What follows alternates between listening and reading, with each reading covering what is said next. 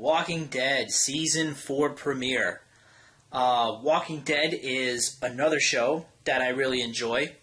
It's a show that I like to watch, but at the same time can also be a little frustrating to watch with some of the things they choose to do on that show. Some of the decisions characters make on that show doesn't really make a lot of sense. However, overall, I really do like the show, so I figured let's make some Walking Dead reviews. Now, with these reviews, just like with my American Horror Story reviews, instead of going through each episode scene by scene, I'm just going to go over some of the major points of the episode, what I liked, what I didn't like, and my thoughts on it overall. So let's get into the Season 4 premiere episode, 30 Days Without an Accident. Starting with the opening scene and off and on throughout the first half of the episode, I guess you could say, we got a look at the life that's going on inside of the prison, this community that the survivors have formed. Rick's got them raising animals and growing crops for food,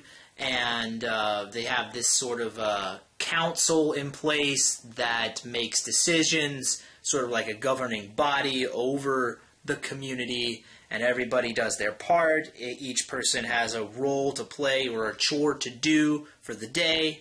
So they're really trying to, and it looks like they're doing a pretty good job of sort of establishing a normal life environment in this zombie apocalypse world. And we got a whole lot of new faces and new characters coming into the story here, most of whom I'm sure are going to be just fodder for the walkers, two of which already, they were down by the end of the episode. They were already history, so I'm sure there's going to be a lot more to come. We got two new relationships going on, too. One between Zach and Beth, which didn't even make it to the end of the episode, and then another one between Tyrese and I can't even remember that lady's name that was on the fence. If they said it, I didn't write it down. So just kind of a look at where the characters are now versus the last time that we saw them at the end of Season 3. I liked the scene where Daryl was getting a lot of praise from everybody. He wasn't sure how to handle that. He wasn't used to it. And how he reacted to it with Patrick was pretty funny. Alright, so let's talk about the big segment of the show, the awesome supply run to this big superstore. The way they set it up was great because we knew the zombies were on the roof. The characters didn't know it, so you knew something terrible was going to happen. And I really liked the part, before everything went to shit, where this new character, Bob, I believe his name is, he picked up a bottle of wine, showing that he's got some obvious drinking issues from the past, and he looks at it and he's thinking long and hard. He doesn't want to take it, but he's really thinking about it, and then he decides, you know what, I'm going to be the bigger man, I'm not going to take that bottle of wine. And he puts it back, and then of course the shelf explodes from water damage, and that gets the attention of the zombies on the roof. So he ultimately does the right thing, and it leads to just everything going to hell. So I thought that was a neat little twist. Then you got zombies dropping down from the roof left and right. I thought that whole setup was very creative. It made for a very fun watch, very tense, very action-oriented scene, everything that went down. It was a very cool way to do it, and it was, like I said, very creative. Something we haven't seen before on the show, and I really liked it. You just didn't know where a zombie was going to come crashing down next. And when they came crashing down, some of them came down hard. We had a whole lot of walker deaths here. We had one, that very first one came through, and he got caught up on his own, entrails, and he was strung up, just hanging there off the roof. It looked gross. It was awesome.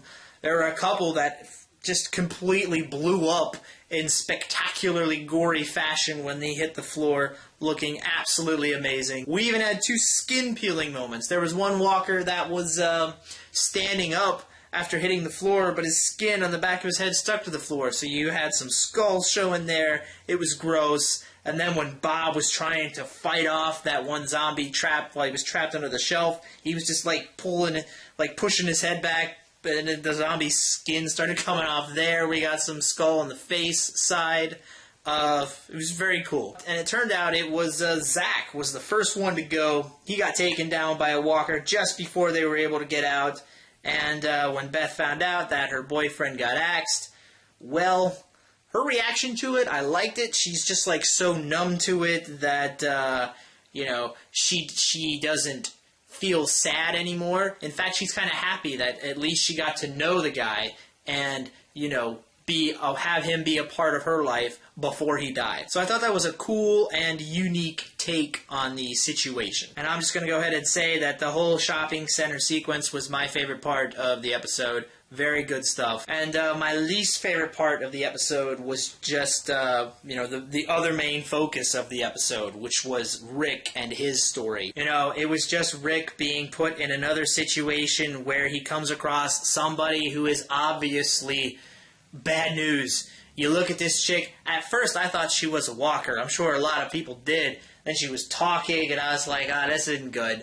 But Rick's like, okay, I'm going to hear you out and I'm going to follow you. Like, how many times has he done this? Like, maybe not followed somebody, but at least given somebody a chance when there were obvious indications that he should not have.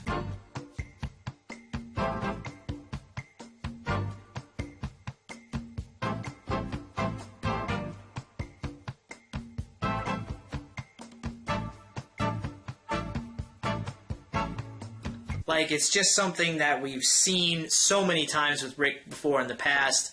At least it feels that way. And I wish they would get off of this sort of beat with his character and just kind of move on to something else. Give him another emotional line to work with instead of just this, what feels this one thing they keep coming back to over and over again. Alright, so let's talk about the ending. We had Patrick dying in the middle of the night in the prison. And this is scary for a couple of reasons. And it's not just that there's, like, a walker in the middle of the camp that nobody knows about now. First is the disease that he contracted. I'm wondering what kind of disease it is, because whatever it is, he wasn't showing any symptoms at the beginning of the day, and then by the end of the day, he was dead. So whatever it is, it kills extremely fast, so that is super bad news for, like, everybody. Especially with the second thing is, I'm wondering if he contaminated the water supply, because they showed him like turning on the shower and then just coughing. You see water just spewing out right into that big barrel full of water that's supposed to be clean. So now if other people go to use that, that could potentially infect a whole lot of people at the camp. And the last thing is it possible that Daryl got infected by Patrick? Because near the beginning of the episode, he shook Patrick's hand after he licked his fingers, so it's possible that Patrick could have infected Daryl, or maybe it could even be the other way around. Maybe Daryl is somehow infected and is the one who infected Patrick. Maybe Daryl's like this, he's a carrier of the disease. I don't know. I'm just speculating here. But the whole introduction of a disease as a new enemy that they're going to have to face, something that's just completely different that we haven't seen before. I like that. I'm very interested to see where that goes and what kind of tension that brings about within the group. Okay, so overall, this season premiere episode, I'm going to go ahead and give it a B. We had a big, cool walker sequence in the episode. There's some big-time danger with Patrick's death. You don't know what's going to happen there. I like that. But there really wasn't any forward momentum with any of the characters. It was really kind of, here's where everybody is now, just sort of getting reintroduced to these characters that have been away for a while. Here they are, and now with this disease happening, I think you're going to see the forward momentum kick in next week's episode. And I can't wait to see what happens. All right, JB Squared, 61279 with a Walking Dead review, and I will be back next week for another one. I'll see you guys then.